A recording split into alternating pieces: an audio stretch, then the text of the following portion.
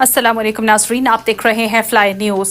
Sanghar Benazir income support programme के agent Shahbaz Khattak और दीगर मुल्ज़िमान ने बेवा औरत की इज्जत लूट ली, मुकदमा दर्ज।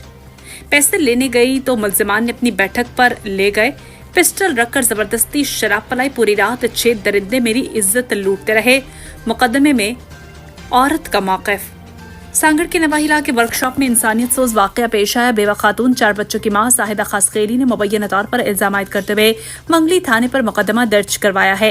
बेवा खातून ने मुकदमे में मौक़िफ़ इख्तियार करते हुए बताया कि मुर्खा 5 अप्रैल 2025 को मैं बेनज़ीर इनकम सपोर्ट प्रोग्राम के मुबल्लिग़ 5,000 रुपये वजीफे की रकम लेने BISP के एजेंट शहबाज खटक पठान की दुकान पर गई तो मेरी रकम चेक करने के बाद मुझे बताया कि दुकान पर रश ज्यादा है, शाहिद अली पठान की बैठक पर जाएं, वहां तुम्हें डिवाइस के जरिए पैसे निकाल कर देंगे।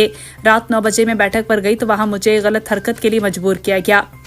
मेरे इनकार पर BISP एजेंट शहबाज खटक पठान ने पिस्टल निकालकर मुझे जबरदस्ती शराब पिलाई।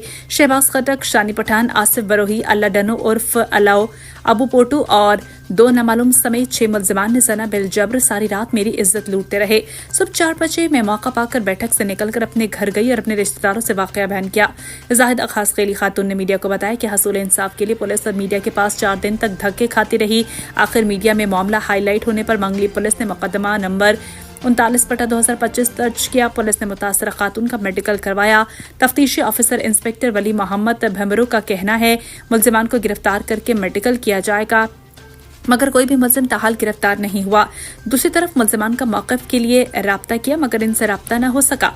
वाज़ेह रहे कि इससे पहले डिवाइस होल्डर शहबाज खटक पर बेनिफिशरी की किस्त से पैसे कटौती के इल्जाम में मुकदमा दर्ज हुआ था। इंसानी हकूक़ के नुमाइंदे तनवीर खटक ने भी इस वाक़े को इंतहाई अफसोसनाक करार देते हुए कहा कि इंतहाई तशवीशनाक इल्ज़ाम है, हाई लेवल पर तफ्तीश होनी चाहिए, मगर इसके साथ साथ कुछ अवामी हल्के और इस वाक़े को महज इल्ज़ाम तराशी करार दे रहे हैं, मगर असल हक़ाइक़ मेडिकल रिपोर्ट और तफ्तीश में सामने आएंगे।